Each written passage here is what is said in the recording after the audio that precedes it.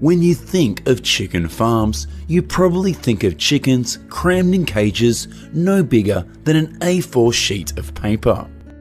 According to the Food and Agricultural Organization, in 2023, 34.4 billion chickens were raised globally. Most of the chickens are forced to lay eggs up to 300 per year in these harsh conditions. A world where chickens roam freely, living in harmony with nature, may seem like a utopian fantasy. But it's a reality in parts of China. In Yangshan, Guangdong Province, mountainous regions, a unique method of raising chickens has been in operation for many years. Among the various free-range breeds thriving in Yangshan, the Yangshan chicken is renowned as one of Guangdong's 8 finest breeds. Yangshan chickens are muscular and easily distinguishable by their distinctive plumage, featuring a blend of 3 shades of yellow thanks to their organic corn diet. They reach maturity after 4 to 5 months of roaming the hills, and usually weigh in around 2.5 to 3 kilograms. Apart from Yangshan chickens, other chicken breeds capable of living at altitudes from 800 to 1500 meters above sea level are also raised in these high hills and mountains. The stark contrast between free-range and caged chicken farming lies in the birds' living conditions. Free-range chickens spend their lives roaming open hills, basking in the sun and foraging for food, a natural existence that promotes their physical and mental well-being. However, they don't produce many eggs, usually only around 100 to 120 eggs a year, and they are also smaller in size, weighing around 40 to 45 grams each. But all of their eggs are tastier and have a higher level of omega-3 fatty acids, vitamins, and minerals. The more active chickens also produce a more flavorful and firmer meat that turns bright yellow when cooked. The journey of mountain chicken farming begins with high-quality eggs from a reputable hatchery or breeding farm. The ideal temperature for incubation is around 99.5 degrees Fahrenheit, with humidity levels ranging from 55 to 70%. It takes around 21 days for the chicks to hatch. In large-scale hatching operations, such as this one in Mingshui County, Heilongjiang Province, China, up to 400,000 chicks are hatched yearly. You see, the demand truly increased because this place used to only hatch 70,000 chicks just 5 years ago. Once hatched, the chickens are typically transferred to brooder pens, normally located in a windproof and well-ventilated, sheltered area. Before welcoming the newborn chicks, farmers line the pens with 7 to 10 centimeters of disinfected chaff or straw in order to provide insulation and warmth. The pen measures around 3 square meters and will fit 100 chicks. During the first 2 to 3 weeks, chicks are unable to regulate their body temperature effectively, so continuous lighting will keep them warm enough to eat and drink.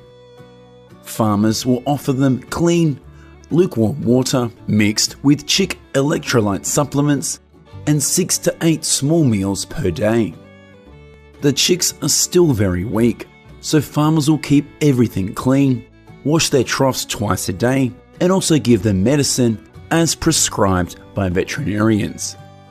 As chicks grow, organic food sources such as greens and forage are also provided in order to get them used to the food on the mountain. On a favourable day, the chickens are released onto the hills early in the morning, where they spend almost all of their day. Farmers follow and live stream them to build an online customer base in order to increase sales.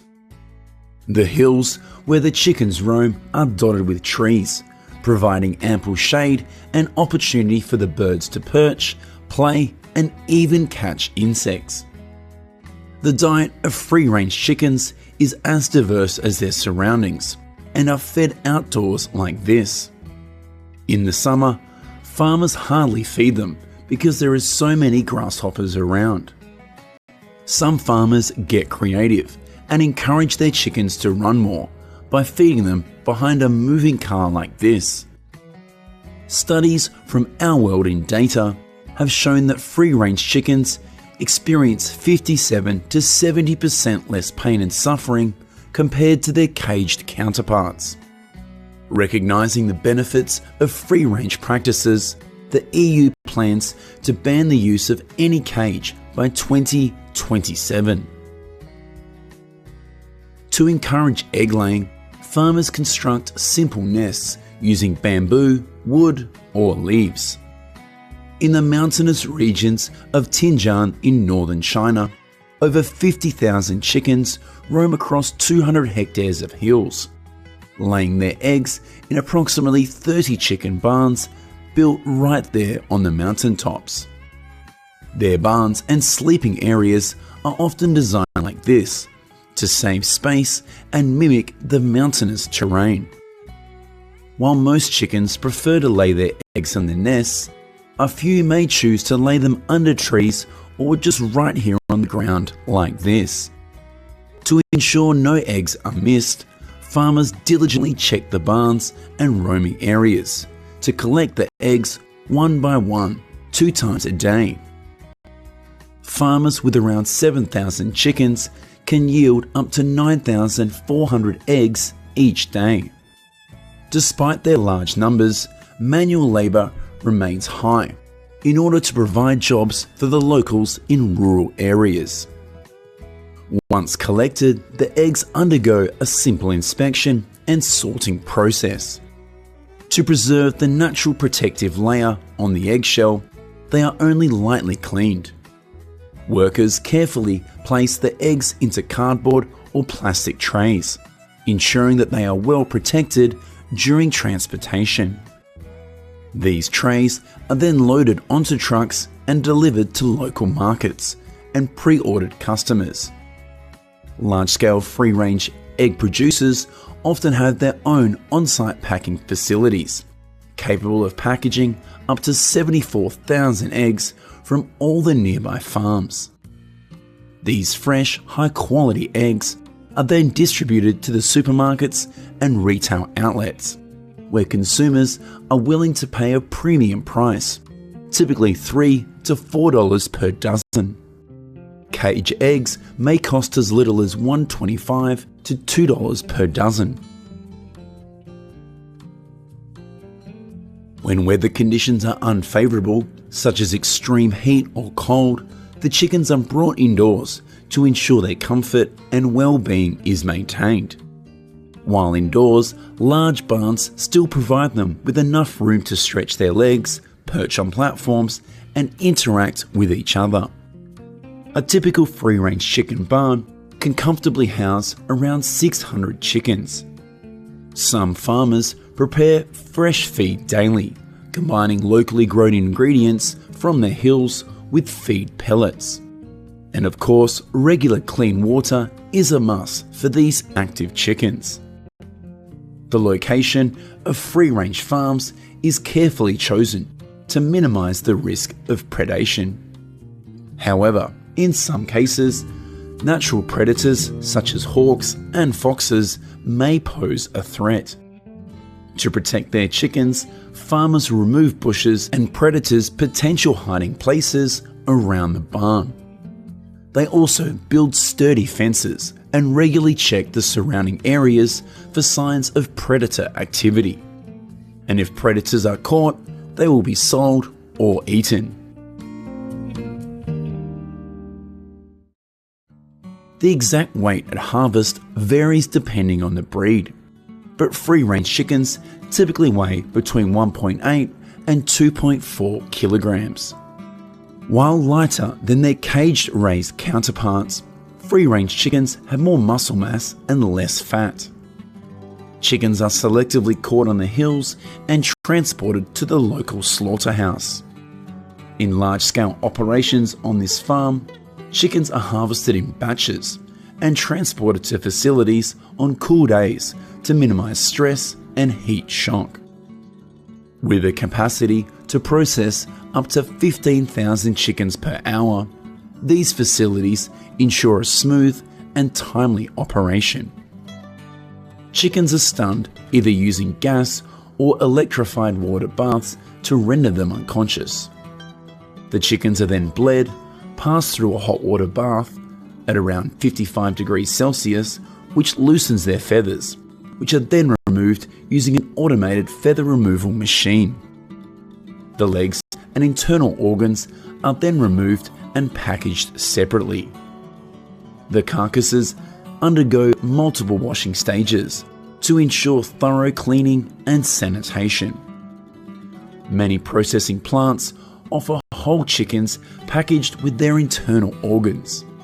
These whole chickens are typically sold at around $9.23 per kilogram. For those who prefer convenience, chickens can also be cut into various parts and packaged in trays. These pre-cut portions offer consumers a quick and easy way to prepare chicken meals.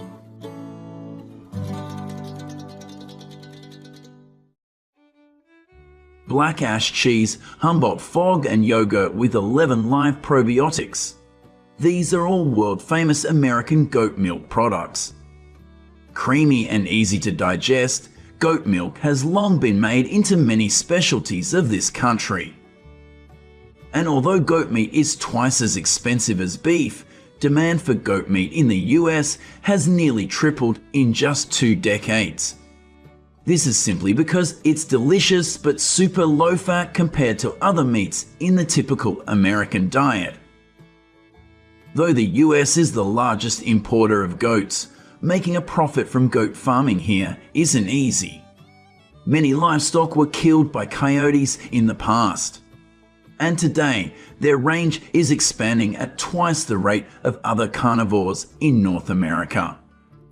So how do American farmers solve this problem? And how do they raise more than 2.5 million goats to meet this booming market?